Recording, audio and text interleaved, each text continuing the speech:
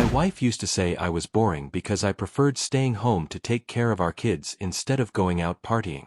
She left me for a fun guy, and now she's begging to come back, because her new love doesn't know how to be an adult, much less a father. The 4th month marked a turning point. Hunter crashed Caroline's car. There was no alcohol or drugs involved, he was just texting while driving. Insurance didn't cover the damage because he wasn't listed on the policy. That same night, she called me again. "I don't know what to do," she sobbed. "I need money to cover the deductible or I won't be able to get to work." I sighed. It wasn't cruelty, it was exhaustion. "Ask Hunter," I said. "He's so free and spontaneous. I'm sure he'll figure something out." She hung up without answering.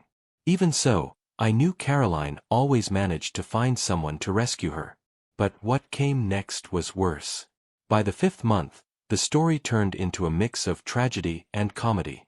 One afternoon, a girl around 23 showed up at the house screaming that Hunter owed her 3 months of rent and had also stolen her PlayStation. Caroline had to call the police. That night, ABA called me crying, saying there were bad people outside yelling. No parent should ever hear that. My voice shook as I tried to calm her, and the next morning I filed for emergency custody. I couldn't allow my children to live in the middle of that chaos. The 6th month was the breaking point. Caroline, who worked in marketing and had landed a decent position, started showing up late or hungover to meetings. Her performance collapsed, and the company put her on a performance improvement plan. She called me in a panic, saying she couldn't lose her job and needed me to take care of the kids while she tried to focus. "I thought I was too boring to understand your new lifestyle," I replied, with a calm I had to force. "I guess now you'll have to handle it on your own." Even so, I agreed to keep the kids. Not for her. For them. They needed stability, routine, and someone who didn't disappear after a night out.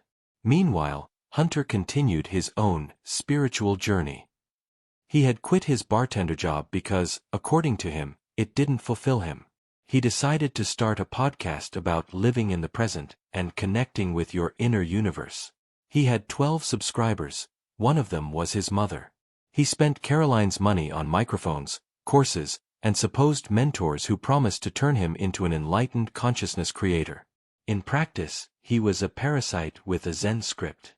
By the 7th month, If you don't want to wait for the next part, the full story is on my YouTube channel, Reddit Dominion. Like, follow, and share if you're enjoying the story.